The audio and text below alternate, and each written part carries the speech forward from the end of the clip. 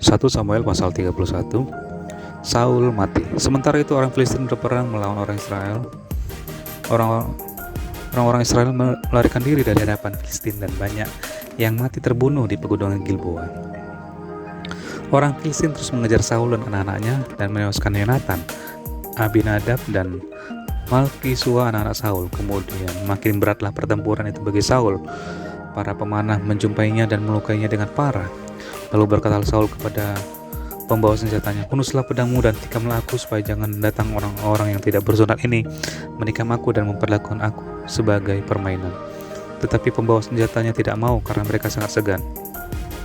Kemudian Saul mengambil pedang itu dan menjatuhkan dirinya ke atasnya.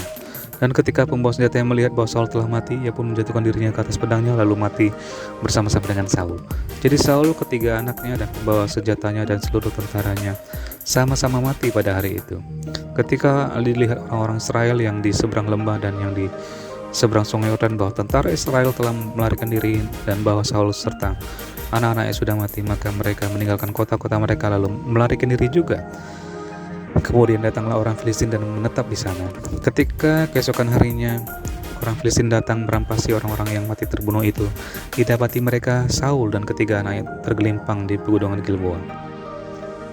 Mereka memancung kepala Saul, merampas senjata-senjatanya dan menyuruh orang berkeliling dan orang Filistin untuk menyampaikan kabar itu di kuil berhalanya dan kepada rakyat. Kemudian mereka menaruh senjata-senjata Saul di kuil Asitoret dan mayatnya dipakukan mereka di tembok kota Bet-Shean. Ketika penduduk Yabes Gilead mendengar tentang apa yang telah dilakukan orang Filistin kepada Saul, maka bersiaplah segenap orang gagah perkasa. Mereka berjalan terus malam-malam lalu mengambil mayat Saul dan mayat anak-anaknya dari tembok kota Bet-Shean. Kemudian pulanglah mereka ke Yabes dan membakar mayat-mayat itu di sana. Mereka mengambil tulang-tulangnya lalu menguburkannya di bawah pohon tamariska di Yabes. Sesudah itu berpuasalah mereka 7 hari lamanya. 2 Samuel pasal yang pertama. Daud menerima kabar kematian Saul. Setelah Daud mati dan ketika Daud kembali sesudah memukul kalah orang Amalek dan tinggal 2 hari di Ziklag, maka datanglah pada hari ketiga seorang dari tentara dari pihak Saul dengan pakaian terkoyak-koyak dan tanah di atas kepala. Ketika ia sampai kepada Daud, sujudlah ia menyembah dan ke tanah dan menyembah. Bertanyalah Daud kepadanya, "Dari manakah engkau?" Jawabnya kepadanya, "Aku lolos dari tentara Israel." Bertanyalah pula Daud kepadanya, "Apakah yang terjadi? Coba ceritakan kepadaku." Jawabnya, "Rakyat telah melarikan diri dari pertempuran. Bukan saja banyak dari rakyat yang gugur dan mati, tetapi Saul dan Yonatan anaknya juga sudah mati." Lalu Daud berkata kepada orang muda yang membawa kabar kepadanya itu, "Bagaimana kau ketahui bahwa Saul dan Yonatan anaknya sudah mati?" Orang muda yang membawa kabar kepadanya itu berkata, "Kebetulan aku ada di pegunungan Gilboa." Maka tampaklah Saul bertelekan pada tombaknya, sedang kereta-kereta dan orang-orang berkuda mengejarnya. Ketika menoleh ke belakang, ia melihat aku lalu memanggil aku dan aku berkata, "Ya Tuanku." Ia bertanya kepadaku, "Siapakah engkau?" Jawabku kepadanya, "Aku seorang Amalek." Lalu katanya kepadaku, "Datanglah kemari dan bunuhlah aku, sebab kekejangan telah menyerang aku sampai aku masih bernyawa." Aku datang ke dekatnya dan membunuh dia, sebab aku tahu ia tidak dapat hidup terus setelah jatuh. Aku mengambil jejamang yang ada di kepalanya dan gelang yang ada di lengannya, dan inilah dia kubawa kepada Tuanku. Lalu Daud memegang pakaiannya dan mengenakannya, dan semua orang yang bersama-sama dengan dia berbuat demikian juga. Dan mereka meratap, menangis dan berpuasa sampai matahari terbenam karena Saul, karena Yonatan anaknya, karena umat Tuhan dan karena kaum Israel, sebab mereka telah gugur oleh pedang. Kemudian bertanya Daud kepada orang muda yang bawa kabar itu kepadanya, "Asalmu dari mana?" Jawabnya, "Aku yang anak perantau orang Amalek." Kemudian berkatalah Daud kepadanya, "Bagaimana? Tidakkah engkau segan mengangkat tanganmu memusnahkan orang yang diurapi Tuhan?" Lalu Daud memanggil salah seorang dari anak buahnya dan berkata, "Kemari, paranglah dia." Orang itu memarangnya sehingga mati. Dan Daud berkata kepadanya, "Kau tanggung sendiri darahmu, sebab mulut mula yang menjadi saksi menentang engkau karena berkata, aku telah membunuh orang yang diurapi Tuhan." Ayat 17, ratapan Daud karena Saul dan Yonatan. Daud menyanyikan nyanyian ratapan ini karena Saul dan Yonatan anaknya, dan ia memberi perintah untuk mengajarkan nyanyian ini kepada Bani Yehuda. Itu ada tertulis dalam kitab orang jujur. "Kepermainanmu, hai Israel, mati terbunuh di bukit-bukitmu. Betapa gugur para pahlawan. Janganlah kiranya kabarkan itu di Gad. Janganlah beritakan itu di lorong-lorong Askelon, supaya jangan bersukacita anak-anak perempuan orang Filistin. Supaya jangan beria-ria anak-anak perempuan orang-orang yang tidak bersunat. Hai gunung-gunung di Gilboa, jangan ada embun, jangan ada hujan di atas kamu. Hai padang-padang pembawa kematian, sebab di sanalah perisai para pahlawan dilumuri. Perisai Saul yang tidak diurapi dengan minyak. Tanpa darah orang-orang yang mati terbunuh, dan tanpa lemak para pahlawan, panah Yonatan tidak pernah berpaling pulang, dan pedang Saul tidak kembali dengan hampa.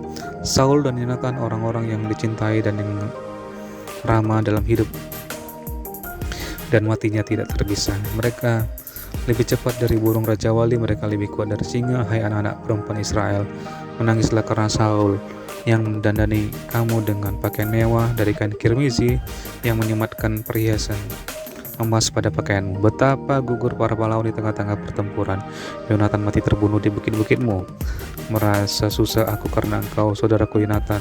Engkau sangat ramah kepadaku. Bagiku cintamu lebih ajaib daripada cinta perempuan. Betapa gugur para pahlawan dan musnah senjata-senjata perang. 2 Samuel pasal yang kedua. Daud menjadi raja atas Yehuda. Kemudian bertanyalah Daud kepada Tuhan, katanya, apakah aku harus pergi ke salah satu kota di Yehuda? Firman Tuhan kepadanya, pergilah. Lalu kata Daud, kemana aku pergi? Firman-Nya, ke Hebron. Lalu pergilah Daud ke sana dengan kedua istrinya, Ahinoam perempuan Israel, dan Abigail bekas istri Nabal orang Karmel itu. Juga Daud membawa serta orang-orangnya yang mengiringnya masing-masing dengan rumah tangganya, dan menetaplah mereka di kota Hebron. Kemudian datanglah orang-orang Yehuda lalu mengurapi Daud di sana menjadi raja atas kaum Yehuda. Dan ketika kepada Daud diberitahukan bahwa orang-orang Yabes Gilead menguburkan Saul, maka Daud mengirim kepada orang-orang Yabes Gilead dengan pesan, dan berkatilah kamu oleh Tuhan, karena kamu telah menunjukkan kasihmu kepada tuanmu Saul dengan menguburkannya. Oleh sebab itu Tuhan kiranya menunjukkan kasih dan setianya kepadamu. Aku pun akan berbuat kebaikan yang sama kepadamu, karena kamu telah melakukan hal yang demikian. Kuatkanlah hatimu sekarang dan jadilah orang-orang gagah perkasa, sekalipun tuan Saul sudah mati, dan aku telah diurapi oleh kaum Yehuda menjadi raja atas mereka. Ayat 8. Peperangan antara Daud dan Isi-Boset. Abner bin Ner, Panglima Saul, telah mengambil Isi-Boset anak Saul dan membawanya ke Mahanaim, serta menjadikannya raja atas Gilead, atas orang Asyuri, atas Israel, atas Efraim, dan atas Benyamin, bahkan atas seluruh Israel. Isi-Boset bin Saul berumur 40 tahun pada waktu ia menjadi raja atas Israel, dan ia memerintah 2 tahun lamanya. Hanyalah kaum Yehuda yang mengikuti Daud. Dan lamanya Daud memerintah di Hebron atas kaum Yehuda adalah 7 tahun 6 bulan. Lalu Abner bin Ner dengan anak buah Isi-Boset bin Saul bergerak maju dari Mahanaim ke Gibeon. Juga Yoab, anak Zeruya, dan anak buah Daud bergerak maju. Mereka saling bertemu di telaga Gibeon lalu tinggal di sana. Pihak yang satu di tepi telaga sebelah sini, dan pihak yang lain di tepi telaga sebelah sana. Berkatalah Abner kepada Yoab, biarlah orang-orang muda tampil dan mengadakan pertandingan di depan kita. Jawab Yoab, baik. Lalu tampillah mereka dan berjalan lewat dengan dihitung 12 orang dari suku Benyamin, dari Isi-Boset anak Saul, dan 12 orang dari anak buah Daud.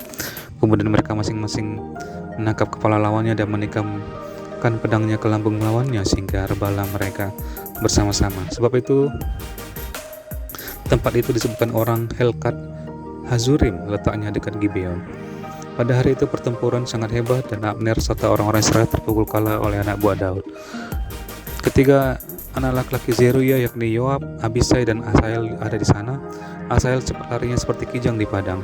Asael mengejar Abner dan tidak menyimpang ke kanan atau ke kiri dalam membuntutinya. Lalu Abner berpaling ke belakang dan bertanya, engkaukah itu Asael? Jawabnya, ya aku. Kemudian berkatalah Abner kepadanya, menyimpanglah ke kiri atau ke kanan, tangkaplah salah seorang dari orang-orang muda itu dan ambillah senjatanya.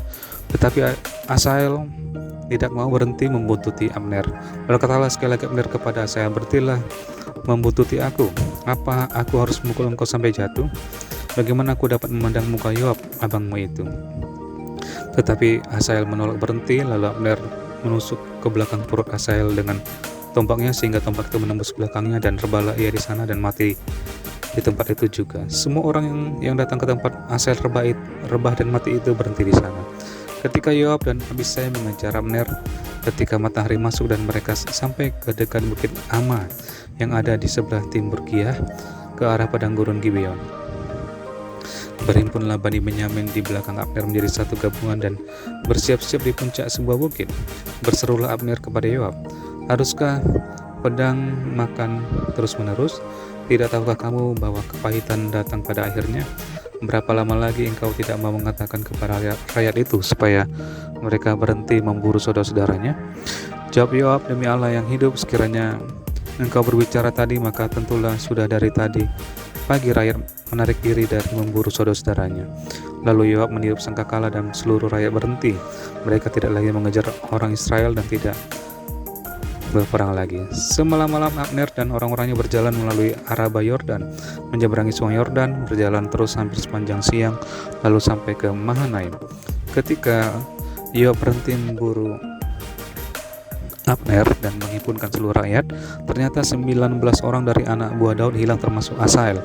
Tetapi anak buah Daud menewaskan dari suku Benyamin dari orang-orang Abner 360 orang. Mereka mengangkat mayat Asael dan menguburkannya dalam kubur ayahnya yang di Betlehem.